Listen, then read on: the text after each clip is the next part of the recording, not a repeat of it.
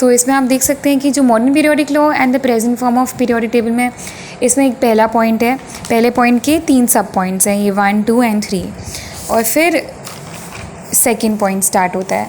So let's get started with the second point. तो I hope आप confuse ना हों पॉइंट्स के, इसे आपको बार बार याद दिला दे रही हूँ.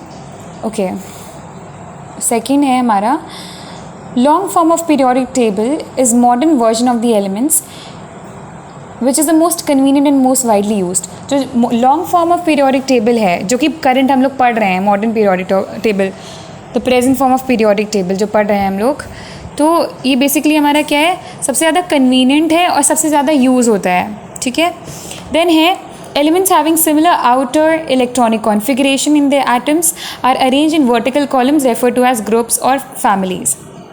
तो एलिमेंट्स जो कि जिनका आउटर इलेक्ट्रॉनिक कॉन्फ़िगरेशन जो है सेम है इन देयर एटम्स, तो वो vertical columns refer to as groups या फैमिलीज़ में अरेंज होते हैं. तो इससे हमें ये पता चला कि ग्रुप का दूसरा नाम भी क्या है, फैमिली है. ठीक है, तो ये भी बता दिया यहाँ पर. उसके बाद मतलब क्योंकि यहाँ पर सिमिलर प्रॉपर्टीज़ है ना, क्योंकि आउटर इलेक्ट्रॉनिक कॉन्फ़िगरेशन सेम है इन देयर एटम्स, तो वो वर्टिकल कॉलम्स में अरेंज हैं. ठीक है, प्रॉपर्टीज सेम हो जाएंगी, तो refer to as groups of families. अब है according to the recommendation of IUPAC the groups are number from 1 to 18, replacing the older notation of groups जो कि 1A, 7A, 8A. तो ये क्या कहना चाह रहा है इस पॉइंट में कि जो IUPAC है ना, उसके उन्होंने रिकमेंड किया कि इन सब का जो ओल्डर नोटेशन वो चेंज हो जाना चाहिए. ठीक है, इट शुड बी चेंज्ड. तो पहला क्या था कि पहले कैसे होती थी नोटेशन या नंबरिंग जो करते थे, पहले 1A, फिर 7A, 8A, 1B, 7B, ऐसे से होता था, और 0 होता था 18th नोबल वाला, जो नोबल गैस एलिमेंट्स है. बट उसको चेंज करा, रिप्लेस किया किससे, 1 to 18. ठीक है, ग्रुप्स, 1 to 18 ग्रुप्स. तो अब है हम लोगों का थर्ड पॉइंट. सेकेंड का थर्ड पॉइंट वो है the horizontal rows are called periods to which Mendeleev called series. जो हॉरिजॉन्टल रोज होती है ना, लेटी हुई लाइन्स, वो हम लोग को क्या बोलते हैं, पीरियड्स बोलते हैं. तो मेंडलीव इसे क्या रेफर करता था, सीरीज़. ठीक है, ग्रुप को क्या बोलता था, फैमिलीज़, एंड जो पीरियड्स है उसको सीरीज़ बोलते थे. And there are 7 periods. हमारे पास 7 पीरियड्स होते हैं, पता ही है अभी करंट वाले में. The period number corresponds to the highest principal quantum number n of the element. तो जो पीरियड नंबर होता है वो किससे कोरिस्पॉन्ड करता है, तो जो हाईएस्ट क्वांटम नंबर होता है, highest principal quantum number n of the element, उससे कोरिस्पॉन्ड करता है.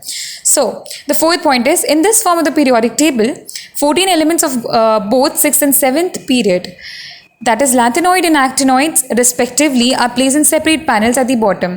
तो ये बोलना चाह रहा है कि 14 एलिमेंट्स हैं, किसको, 6 और 7 एलिमेंट, जो 6 और 7th पीरियड है ना, उनमें उन दोनों जो पीरियड्स हैं ना, उनमें जितने भी एलिमेंट्स हैं उनको मिला के 14 एलिमेंट्स बन रहे हैं.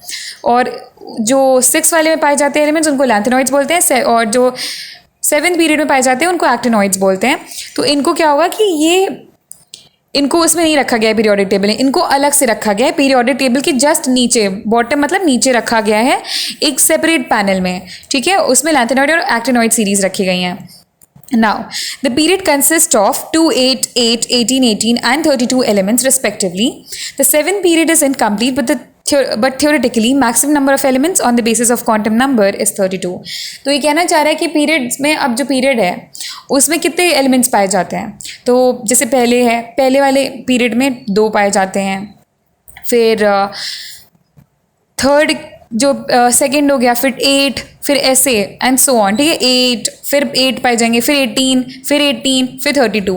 अभी कह रहे हैं जो ये 6 तक तो 32, फिर 7th पीरियड जो है ना वो इनकम्प्लीट होता है, वैसे तो इनकम्प्लीट होता है, बट थ्योरेटिकली, अगर थ्योरेटिकली देखा जाए जिसका मैक्सिमम नंबर ऑफ एलिमेंट है, मतलब on the basis of quantum number, तो वही उसमें बता दिया जाता है, जो कि है 32. ठीक है, तो अब इसी का 5th का भी एक और पॉइंट है, वो ये है कि the new element with very high atomic numbers, ठीक है, with very high atomic numbers are so unstable that only minute quantities, sometimes only a few atoms of them are obtained.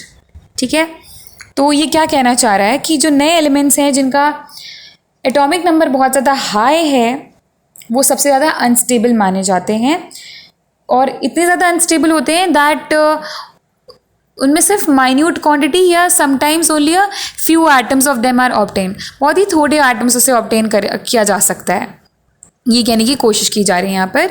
तो सबसे पहले मैं आपको एक बार पेज फिर से दिखा देती हूँ, आप इसका स्क्रीनशॉट ले सकते हैं। I hope it is visible, kind of visible, because I am trying my best with this phone. Okay, and now the second, ये दूसरा पेज है हमारा, ये बाकी मैं रीड करती जाऊँगी, ठीक है।